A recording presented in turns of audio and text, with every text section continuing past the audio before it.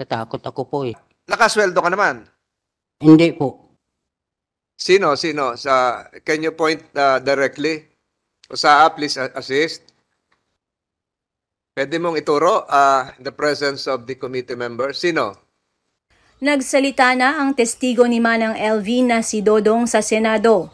Idinidiin niya ang amo na si Franz Ruiz. Ibinahagi din niya ang nangyaring pananakot sa kanya ng hindi pa nakikilalang lalaki. Ano yung nangyari noong isang linggo na binaril ka? Opo. Panakot lang ata po. Panakot. Hindi ko alam eh. Tinakot ka? Saan ka binaril? Anong oras? Maalas 9 po. Ng umaga, ng gabi? Gabi po. Gabi. Pinasok ka ng? Maalas 9. Mga PNP? Namumukan mo ba yung mga pulis na pumasok sa iyong tahanan? Opo. Namumukan mo? Pasok sa bahay po. Opo. Na hindi na ko kilala eh. Pero namumukan mo? Hindi po, nakabonet po. Nakabonet. Ilan silang pumasok sa bahay mo? Isa lang po. Isa lang. Tinutukan ka ba? Pinutukan ka? Putukan lang po. Buti nakaiwas ka. Tapos papunta ako sa baba, sa likod ng bahay. Sunod sa akin. Putok uli doon sa likod. Kaputok sa taas o sa'yo? Sa baba na, sa taas na po. Hindi tinutok sa'yo? Hindi po. Pero yung unang putok? Sa loob sa bahay po. Ikaw, friend? Opo. Kilala mo, hindi mo kilala pero anong uri ito ng tao? Mahabang buhok? Maigsim buhok? Hindi na ko kilala po eh. Hindi mo kilala. Hindi na ko kilala ang mukha. Okay. Nakabunit po. Ano suot? Ano suot?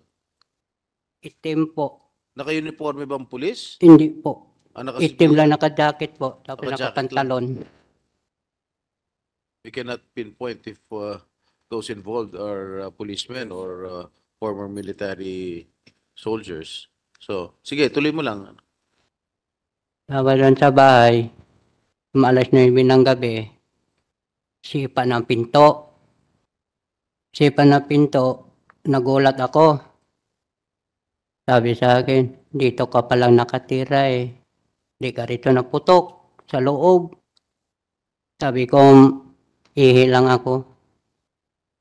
Sundan ko niya. Naputok doon sa likod sa bahay. Tapos takbo ko sa palayan. Sa aming palayan. Sa palayan? Hindi na po. Doon lang sa bumba sa likod ng bahay po. Nawala na. May narinig ka sa sasakyan na umalis, nag-start, motor o Wala po. Lakad lang? Iwan ko po, hindi ko alam po. Nagtatakbo ka na. Ilang metro o kilometro ang tinakbo mo? Madilim? Malayo po. Sino ang kasama mo sa bahay? Ako lang isa po. Ikaw lang mag-isa? Opo. Ang bahay yun ng bantay doon sa palayan. Opo, sa mga hayop po. Ano ba amo mo? Si Reyna po.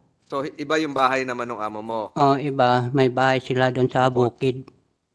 Anong distansya naman nun? Bahay din. Hindi, anong distansya doon sa tinutulugan mo kung saan ka pinaputukan? Doon sa loob po. Mga ilang metro ang layo. Narinig kaya nila yung putok? Na malayo lang ang mga bahay po. Ang lapit sa bahay namin po. Malalayo, walang kapitbahay? Wala po. So, ngayon, for the record, gagaya ng sinabi ni Senator Estrada, walang katiyakan kung ano yung baril sa'yo. Kung ito ba ay pulis, barangay tanod, o may mga kagalit ka ba doon? Wala po. Mr. Chair, bago nangyari itong pamamaril, no? Meron ka bang alam na banta sa iyong buhay? Wala po. Wala kang kaaway? Meron bang umaaligid sa iyong bahay bago nangyari itong pamamaril? Wala po.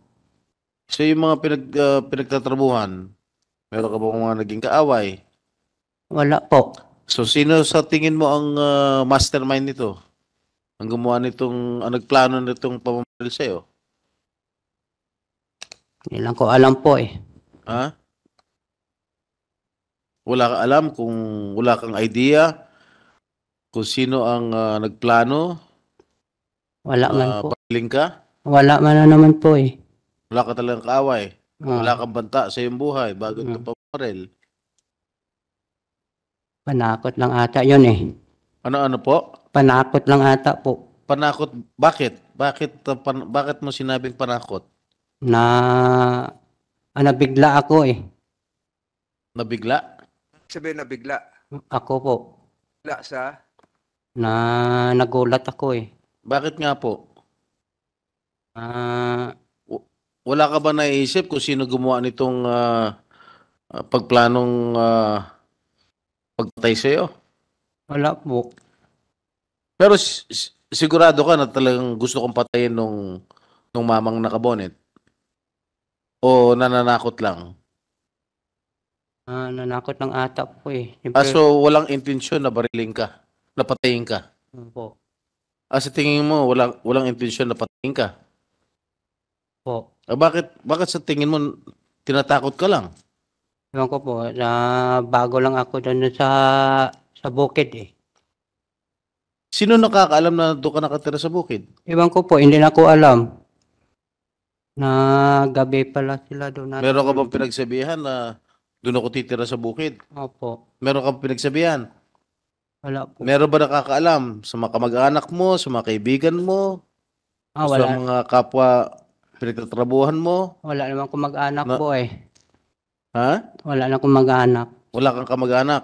So, sa tingin mo talagang sa sarili mong opinion na talagang tinatakot ka lang, hindi talagang papatayin ka. Opo. Hmm? Na may bala na kuan eh. Wala na napapunta sa bahay eh. Ano po? Hindi naman napapunta sa bahay. Hindi, Ellen? Hindi napapunta na sa bahay og may tao sa bahay eh. Wala naman nakapasok. Puro naman may bakod. Tuluyan mo, wala naman talaga nakapasok doon. Wala po. Nagulat ka lang, may nakapasok. Sabi mo, sinipa yung pinto, di napasok ka. Iwan ko po di nadadaan. Hindi ko alam lang. Hindi mo alam kung saan dumaan. Opo. Walang aso doon, walang nanonood ka raw ng TV, sabi. Opo. May kaso ka na ba dati sa kapulisan with the permission of Senator Estrada? Wala po. Wala kang kaso, wala kang hindi ka nakasuhan. Saan ka dati nakatira bago dyan sa amo mong yan? Pero po, nagtrabaho kami po eh sa Ilacapran. Sino ang Franz? From Lois. Franz Ruiz. Doon kami nagtrabaho po. Anong bayan yon? Apo. Anong bayan yung pinagtatrabahuhan mo dati kina Franz Ruiz? Sa Mamburao po. Mamburao. Tapos ito ngayon, kung saan ka pinaputukan, ay Paluan. Opo. Lumipat ka na ng bayan. Opo. So, nabanggit mo kanina, nagtrabaho ka kina Franz Ruiz. Ganong katagal ka nagtrabaho doon? Kuha lang ako rin po. Isang taon lang ata ako doon po. Isang taon. So, nung nagtrabaho kina, yung mag-asawa na Ruiz, ang pinasukan mo, anong trabaho mo doon? Sa mga gurlayan po. Gulayan. Opo. Ikaw ang naghahakot, nagtatanim mo, ano? Hindi po. Nagtatabas. Kami nagkuha na baba ng mga gulay sa Palengke. palengke po. Ayun. So, nagtrabaho ka. Nung nagtrabaho ka sa mag-asawang Ruiz sa Mamburao, may nakakilala ka bang LB Vergara? Opo. Ano ibig sabihin nakilala mo? Nakasama mo sa trabaho? Opo. Kasama namin trabaho yon. Ha? Kasama namin trabaho. Kasama mo sa trabaho. Ibig sabihin, isang bahay lang ang tinitira nyo. Opo. Araw-araw nakikita mo siya. Araw-araw po. Araw-araw nakikita mo. At doon sa mahigit isang taon ka kamong nagtrabaho doon sa mag-asawang Ruiz, nung unang punta mo doon, sino nauna sa inyo nung LB Vergara? Ikaw o siya? Siya po. Nauna siya. Opo. Tinatnan mo na lang. Ha? Inabutan mo na lang siya doon. Opo. Ayun. Nung inabutan mo siya doon, nauna siya, hindi mo alam kung gano'ng katagal. Nakakita pa siya noon? Opo. Yung dalawang mata, nakakita pa. Opo. Ayun. Tapos, nung umalis ka, nakakita pa siya? Ikita pa po. Hindi, yung meron pa siyang paningin, nakakakita pa siya. Mayroon pa po. Nakakita siya po. Siya. Opo. Ilang mata? Dalawa po. Dalawang mata, hindi pa siya bulag. Hindi pa bulag na masyado po. Hindi pa bulag. Ay, sabihin na, hindi pa bulag masyado. Malabo na? Opo. Kaliwa, kanan? Kanan po. Kanan. Pero, nung nandoon ka, meron ka bang pagkakataon na nakitang minanakit kay LB Vergara? Opo. Nakita mo na may sinaktan. Opo. Sino ang nakita mong nanakit? Si Fran po. Franz. Yung babae. Opo. Paano, with the permission of the chair, Go ahead, go ahead. paano nanakit si Aling Franz, si Ma'am Franz? Anong ginamit niya? Nanuntok ba? Opo. Nanuntok. Sarili niyang kamao? Ano pa? Nanuntok. May ginamit ba siyang mga instrumento katulad ng kahoy o bakal? Pinukpok sa ulo niya? Opo. Ano nga? Hindi, sabihin niyo sa akin. Tapos po, Hindi, sagutin niyo muna yung tanong ko. Anong mga instrumento ginamit niya para ipampukpok sa ulo ni Aling LV?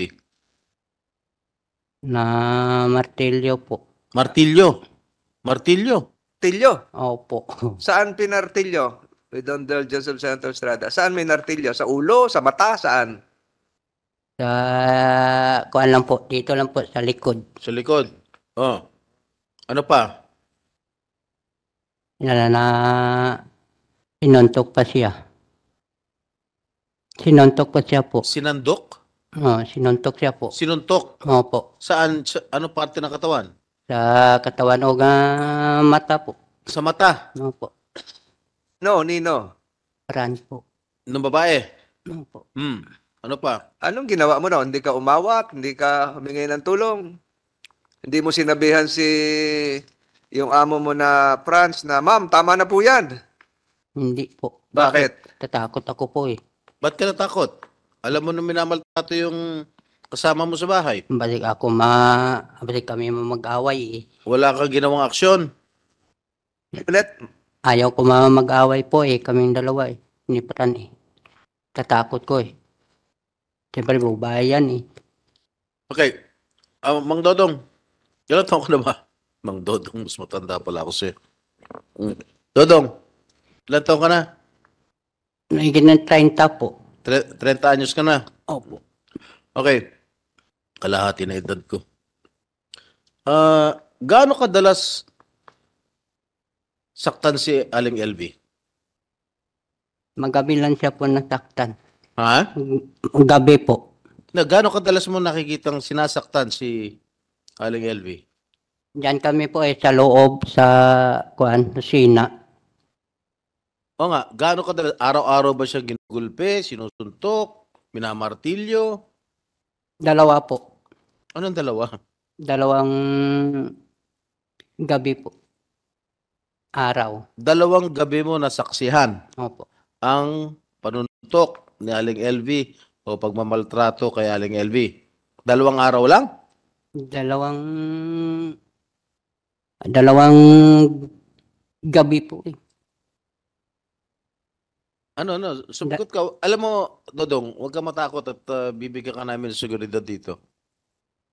Nandyan mga kapulisan natin. Sige. So, ilahad mo na yung tunay na pangyayari kung ano ang nalalaman mo. Buong nalalaman mo sa pagmamaltrato, sa panununtok, pananakit kay Aling LV ni Ginang Franz. Primero na yan, bago ako napasok doon, sinuntok siya. Sinuntok, sipa, tadyak, untog sa CR, sub-sub sa loob ng CR sa duro.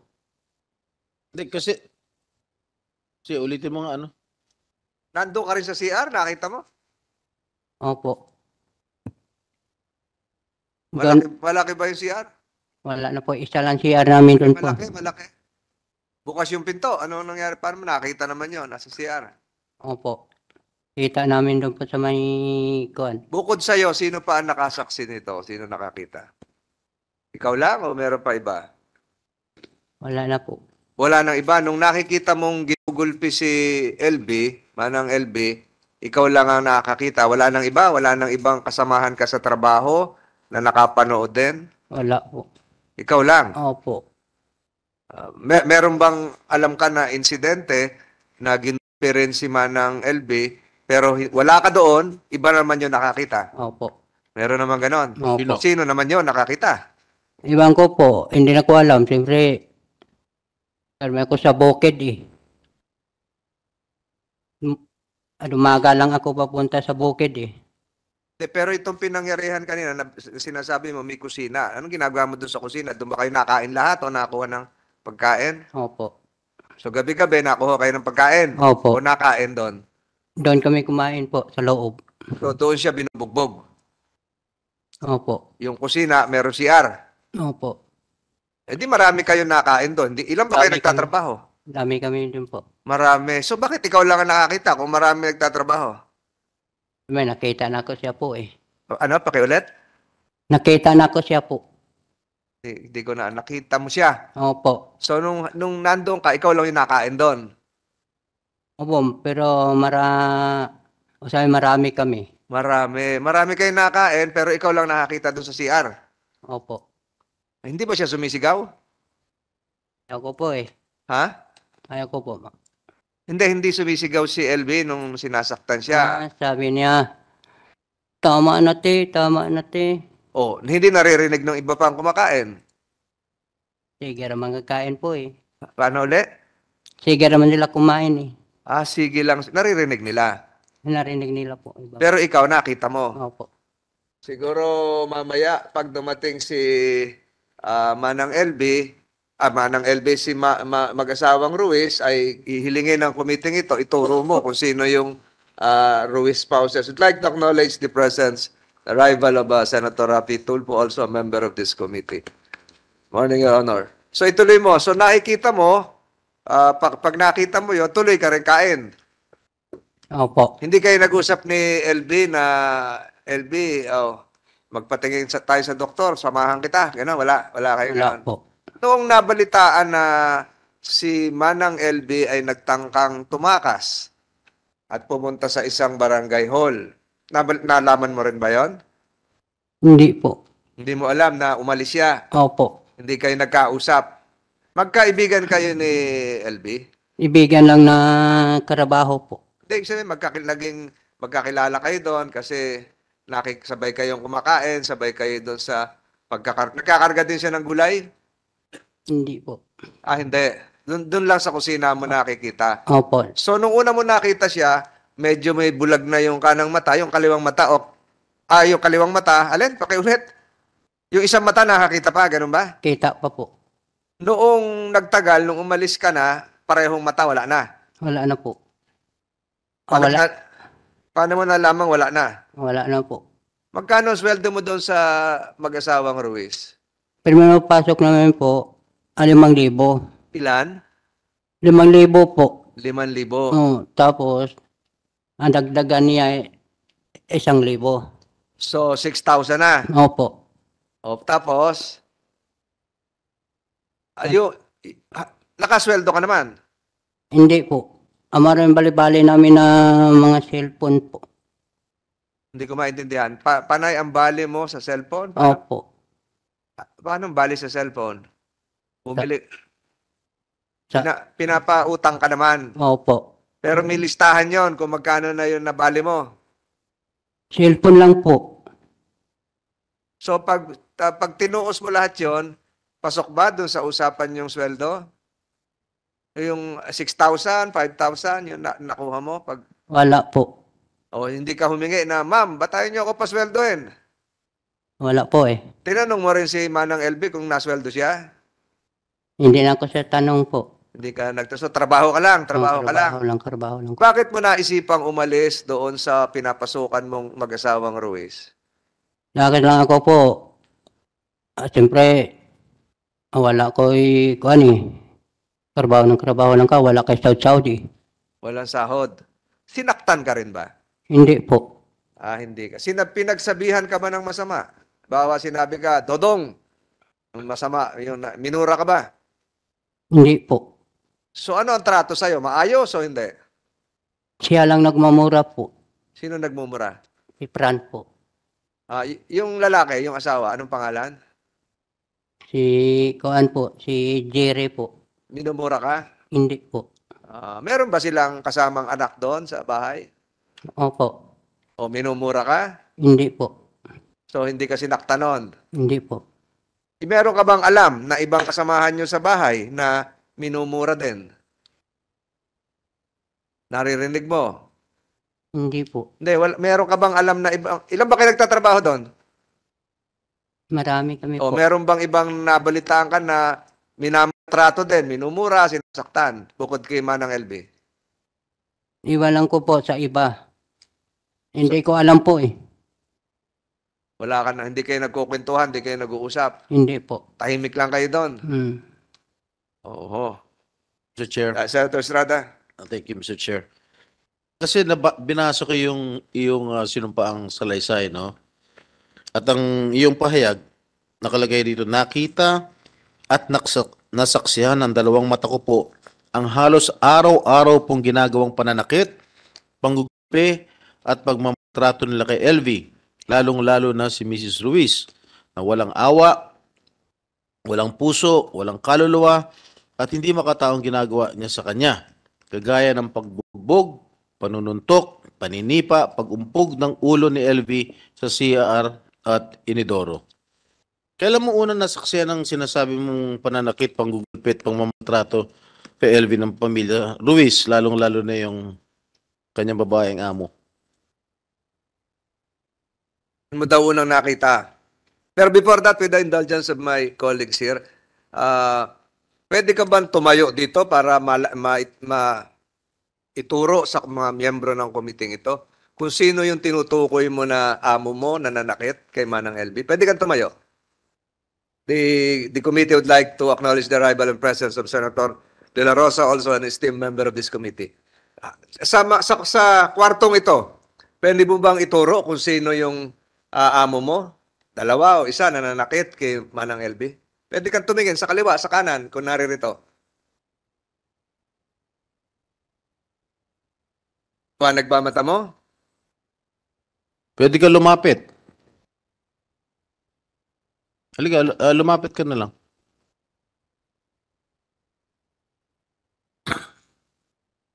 Hindi naman eksakto malapit.